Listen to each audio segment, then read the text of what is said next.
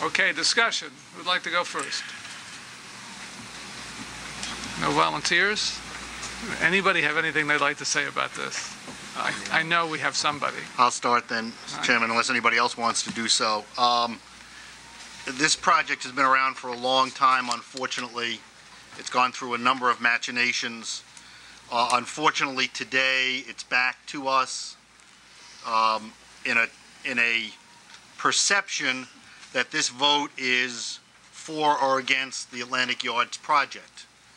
That is not true. At least not in my opinion, it is not true.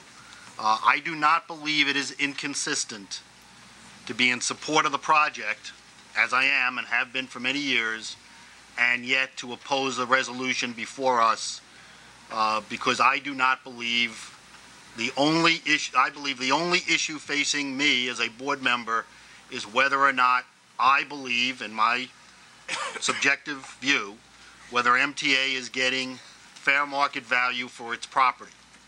I did not believe that 4 years ago, which is why I voted no then, and I believe the same to be true today, which is why I am voting no today. Thank you, Mr. Chairman. Alan? Well, Mr. Chairman, I've actually given this a lot of thought over the last couple of days, and I wasn't really sure how I was going to vote until this morning, until after I've listened to some of the speakers who have testified here today.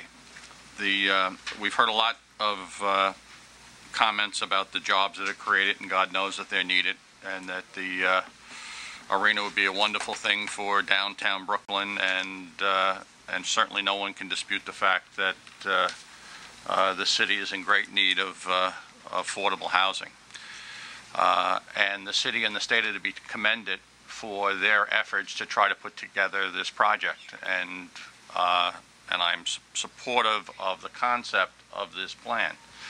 But as as Commissioner Paley has said, I don't think that it's inconsistent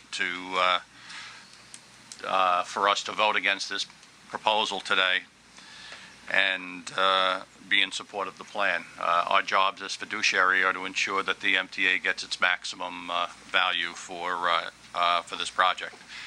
And at least as of this moment, I am not convinced that I have the information to make that judgment, that the maximum benefit is going to be secured. And additionally, I'm very troubled by the idea that this state-of-the-art rail yard that we were going to be producing for the Long Island Railroad needs, which was a 9-track facility just several weeks ago that we were touting, is now sufficient with 7.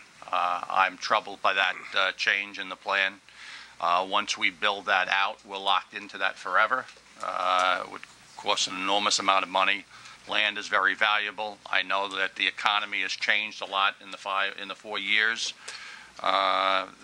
since this plan was initially approved, and there may be some risk in pushing the developer back to the table. But unfortunately, I think that's a risk that I would recommend that we take, and I intend to vote no.